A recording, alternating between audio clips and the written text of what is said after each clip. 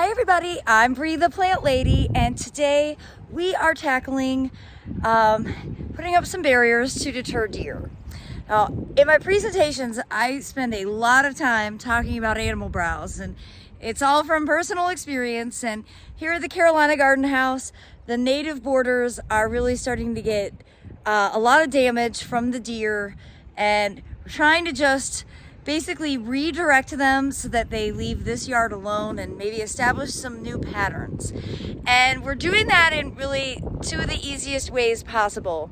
We're basically going to put in some cattle fence panels that we have had for years. We use these as cages for heirloom tomatoes and various different reasons. So we're also I'm going to come through and spray. However, according to the forecast, it's going to rain like tonight. So spraying isn't really the most logical approach at this time of year, in part because we're getting a lot of rain, also because the plants are starting to flush out new growth. And that means that they basically are going to need to be sprayed all the time. So if spraying is your only line of defense, it's not really the most effective.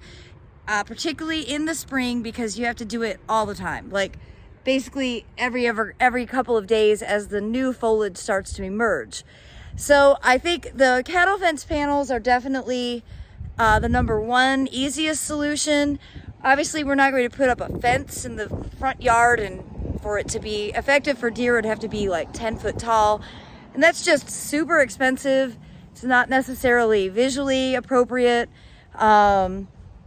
So I think the cattle fence panels are the easiest solution. These can be found at Tractor Supply or other farm stores. And you can see it's galvanized steel. And we currently have these bent, which we will leave bent. Let me turn the camera around so I can give you a close-up on that.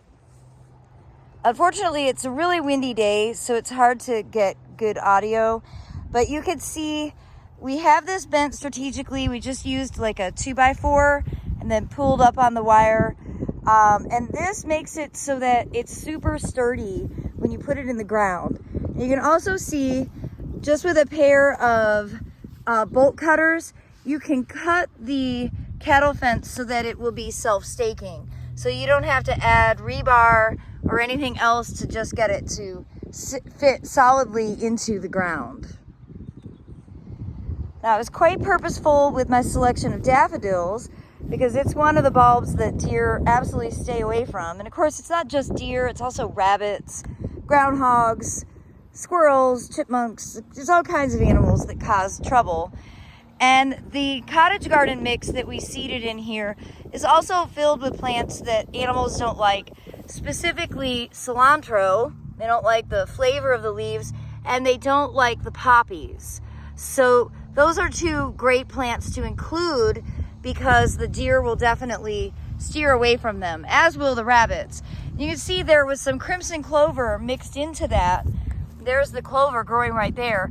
Because of the adjacency of the cilantro, the rabbits and deer are leaving that crimson clover alone.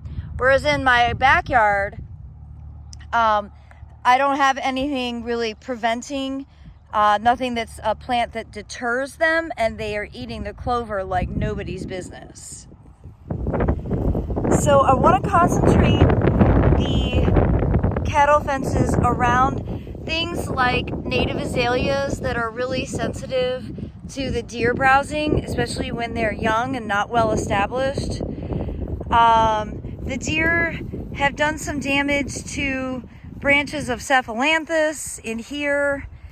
They knocked down the leader on this witch hazel, and I know that they eat the oak leaf hydrangeas because this is all from them nibbling.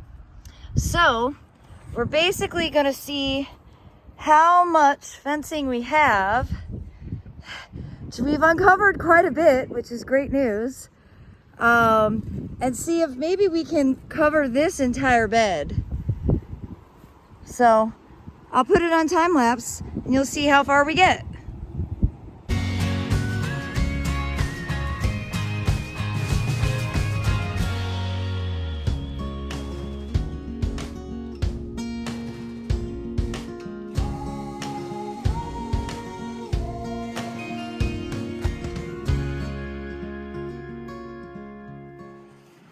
Well, as you can see, we pretty well got this entire bed covered, minus a little opening here. And I think really the main goal here is just to confuse the deer. Generally, they don't have good eyesight, and so they don't jump over things where they don't see where they're gonna land. And I think visually this is gonna be confusing enough for them to stay out.